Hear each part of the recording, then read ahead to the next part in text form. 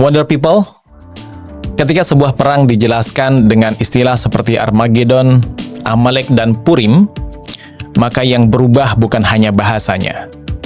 Yang berubah adalah batas moral perang itu sendiri. Menurut Al Jazeera dan The Guardian, dalam perang Amerika dan Israel melawan Iran, bahasa keagamaan tidak lagi berada di pinggiran.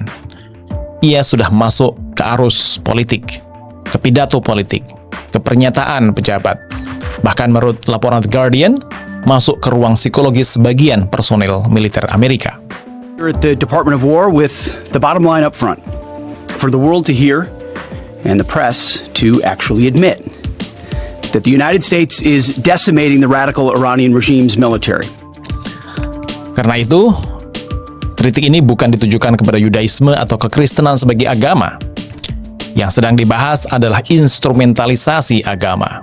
Agama dipakai sebagai alat legitimasi, sebagai alat mobilisasi, sebagai perangkat moral untuk membuat perang tampak suci.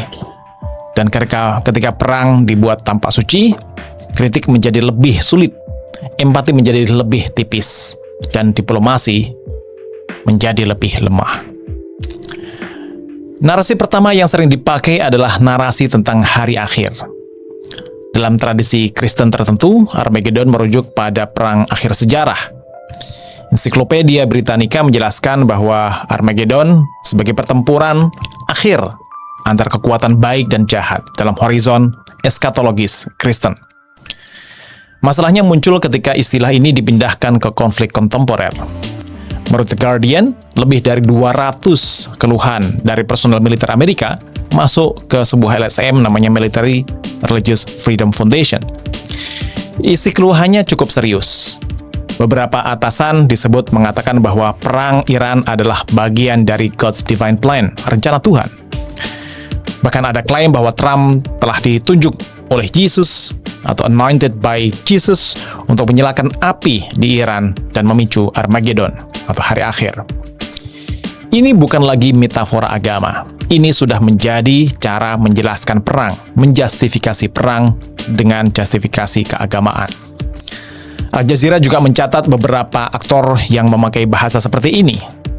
Marco Rubio misalnya, Menteri Luar Negeri, menyebut Iran dijalankan oleh religious fanatik lunatik, orang gila fanatik agama. Pete Hegseth, Iran is run by lunatics, religious fanatic lunatics. They have an ambition to have nuclear weapons. Menteri Perang Amerika Serikat menyebut Iran sebagai rezim yang hell-bent on prophetic Islamic delusion, yang dijalankan oleh delusi prophetic Islam, gitu. Mike Huckabee menyatakan akan fine jika Israel mengambil wilayah yang sangat luas, yang membentang antara Sungai Nil sampai Sungai Yufrat, dan menurutnya tanah itu dijanjikan, tanah yang dijanjikan dalam Alkitab, dalam kitab Genesis. Mike Huckabee. I, Mike Huckabee, Do solemnly swear that I will support and defend the Constitution of the United States support and defend the Constitution of the United States against all enemies, foreign and domestic. against all enemies, foreign and domestic, That I will bear true faith and allegiance to the same. that I will bear true faith and allegiance to the same. Benyamin Netanyahu di pihak Israel merujuk Torah dengan kalimat "Remember what Amalek did to you. We remember and we act." Ingat apa yang dilakukan oleh Amalek terhadapmu. Kami mengingatnya. Kami beraksi terhadapnya. Jadi ini bukan satu suara yang anomali, yang tersesat. Ini adalah sebuah pola umum yang dijalankan oleh para aktor politik dan agama. Rujukan kepada Amalek sangat penting dalam tradisi Alkitab Ibrani. Amalek adalah musuh purba Israel. Ia bukan sekedar lawan politik. Ia adalah simbol ancaman yang diperlakukan sebagai kejahatan yang harus ditumpas. Ketika Iran dibaca melalui lensa Amalek, lawan tidak lagi tampil sebagai negara modern yang masih bisa diajak bernegosiasi. Lawan berubah menjadi musuh metafisis. Disinilah bahasa keagamaan bekerja sebagai alat dehumanisasi. Musuh tidak lagi dipahami sebagai manusia politik. Ia diubah menjadi figur kejahatan, dan begitu itu terjadi, tindakan keras akan terasa lebih mudah dibenarkan. Bagian berikutnya, bahasa yang juga dipakai adalah Purim. Di sini kita harus sangat hati-hati. Ensiklopedia Britannica menjelaskan bahwa Purim sebagai perayaan Yahudi atas keselamatan komunitas Yahudi dari ancaman pemusnahan dalam kitab Esther, yang latar belakangnya atau latar historisnya berada di Persia, Iran zaman dahulu. Jadi yang sedang dikritik bukan Purim sebagai ibadah. Yang sedang dikritik adalah politisasi Purim. Middle East Eye melaporkan bahwa banyak orang Israel membingkai perang melawan Iran sebagai modern Purim story.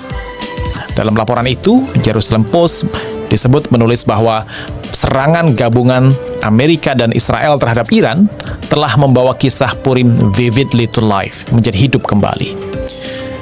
Masih dalam laporan yang sama, Edith Silman menyebut Netanyahu sebagai Mordecai, the Jew of our time. Dan Julia Malinowski menyebut Khamenei sebagai modern Haman. Mordecai itu adalah tokoh Yahudi yang menyelamatkan pemusnahan Yahudi di Persia pada saat itu, dan Haman itu adalah tokoh dari Persia yang mengancam pemusnahan Yahudi dari tanah Persia. Dan itu tidak terjadi sebenarnya, atau gagal terjadi. Dalam artikel opini Fox News, Lisa Daftari juga menulis bahwa kisah Purim terasa seperti paralel langsung dengan situasi sekarang. Persia kuno digeser menjadi Republik Islam Iran hari ini.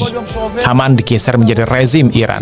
Dan pelajaran tentang Purim menurut artikel itu adalah perlunya menghadapi Iran di semua front. Di titik ini, Purim tidak lagi hanya dikenang sebagai memori keselamatan. Ia dipakai sebagai kerangka mobilisasi perang. Dan itu penting dicatat. Karena begitu hari raya masuk ke logika perang, perang mendapat lapisan emosi dan moral yang jauh lebih kuat. Mengapa narasi agama seperti ini efektif? Karena ia punya setidaknya 3 fungsi. Pertama, memberi legitimasi moral. Kebijakan militer yang seharusnya diperdebatkan secara strategis, tiba-tiba tampak sebagai tugas suci.